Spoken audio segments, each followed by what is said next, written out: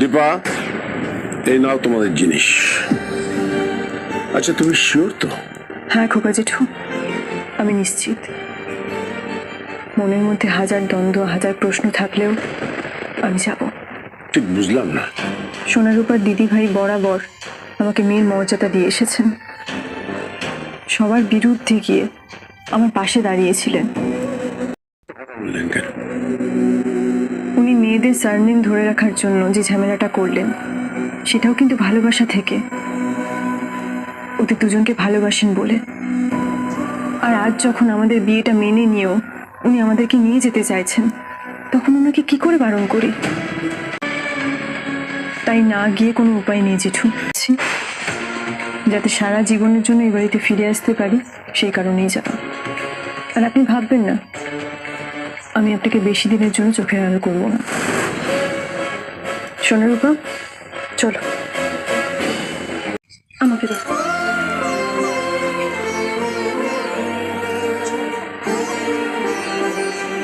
এসো তোমরা। রূপার কাছে তো এই বাড়িটাই ছিল প্যালেসের মতো। ছিল কেন? আছে তো, শুধু দুটো মিষ্টি প্রিন্সেস মিসিং ছিল। মিসিং ছিল, তাদেরকে আবার নিয়ে আসা। একদম। তাই তোমাদের এই প্যালেসটা আগেও ছিল, এখনো আছে, এখনো আছে। ছোট বাচ্চাগুলোর জন্য একটু জল খাবার করবে, দীপার জন্য। এসো এসো, চো ঘরে যেতে হবে। চলো চলো চলো, এসো। আমি একটা কথা জিজ্ঞেস করলাম তোমাকে। অবান্তর কথার আমি কি হচ্ছে এটা কি এ বাড়িতে? এই মানুষগুলো কারা? আমরা কারা? তুমি কি বলছো কাকাই? কাকাই? আমাকে কেন কাকাই? জয়, ওরা বাচ্চা, ওদেরকে তো রেহাই দাও। আমি জানি ওরা বাচ্চা, ছোটর থেকে যেন কোনো ভুল ধারণা নিয়ে বড় না হয়, সেই জন্য আমি এটা ক্লিয়ার করছি, বুঝতে পারছো না তুমি? আর আমি এটাই করবো। সোনারূপা, আমি তো তোমার অর্জুন ড্যাডির ভাই নই, তাহলে তো আমি তোমার কাকাই নই, তাই না? ঠিকই তো বলছি। অর্জুন তোমাদের বাবা হতে চলেছে, আর সেই জন্যই আমি তোমাদেরকে বলছি। কেউ কারোর বাবা হচ্ছে না। কি বলছো বলো, তোমার একটু এক্সপ্লেন করো তো। জয়, প্রত্যেকটা সন্তানেরই বাবার প্রয়োজন থাকে, আর কেউ একজন এসেছে সেই প্রয়োজনের দায়িত্ব নেবে। এটা কি খুব অন্যায়? আর তুমি প্লিজ এমন কোনো আচরণ করো না এদের সাথে যাতে এরা ভয় পেয়ে যায়। এরা এমনিতে অনেক কিছুর মধ্যে দিয়ে গেছে। আরে আমি তো ভাবতেই পারিনি যে তোমরা আবার এই বাড়িতে আসবে, তাই না? আমি বুঝতে পারছি তোমার আমাদেরকে নিয়ে সমস্যা হচ্ছে, ঠিক। কিন্তু যাই হোক না কেন, মা আমাদেরকে এই বাড়িতে নিয়ে এসেছেন।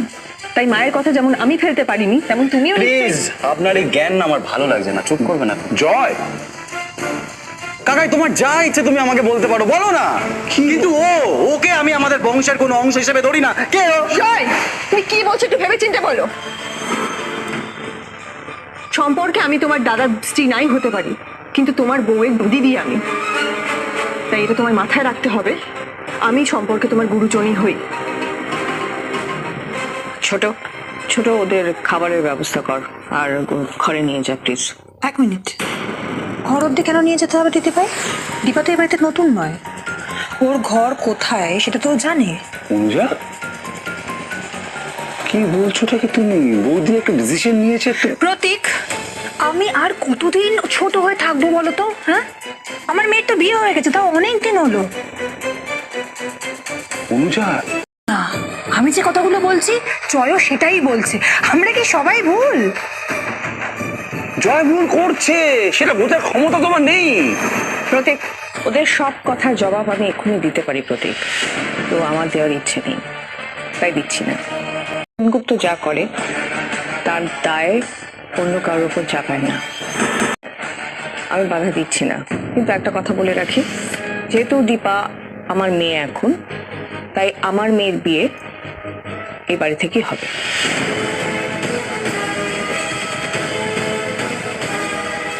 আমি কথা দিয়েছি দীপাকে, আর সেই কথা আমি রাখবো।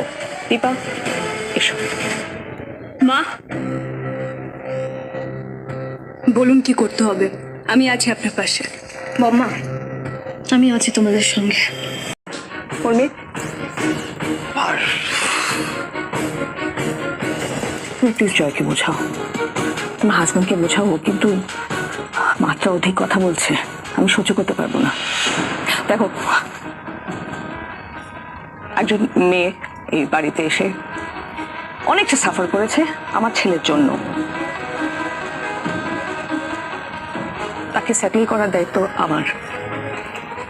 আমি চাই দীপার বিয়ে হোক, ও সুখে থাকুক, ভালো করে সংসার করুক, আর তার জন্য আমাকে যা যা করতে হবে সেটা আমি করব। পরিবারের কত বড় একটা সর্বনাশ ডেকে আনতে চলেছে, বোঝাও মাকে। ওয়েট আ মিনিট, কি বলে তুমি? উর্মি, তোমার এটা মনে হয় যে আমি এই পরিবারের সর্বনাশ ডেকে আনছি আবার? হ্যাঁ প্রতীক, মা কিছু মনে করবেন না, দিদি বিয়ে করতেই পারে, তাতে আমি ফুল সাপোর্ট করছি, কিন্তু এই বাড়িরও তো একটা ভবিষ্যৎ আছে।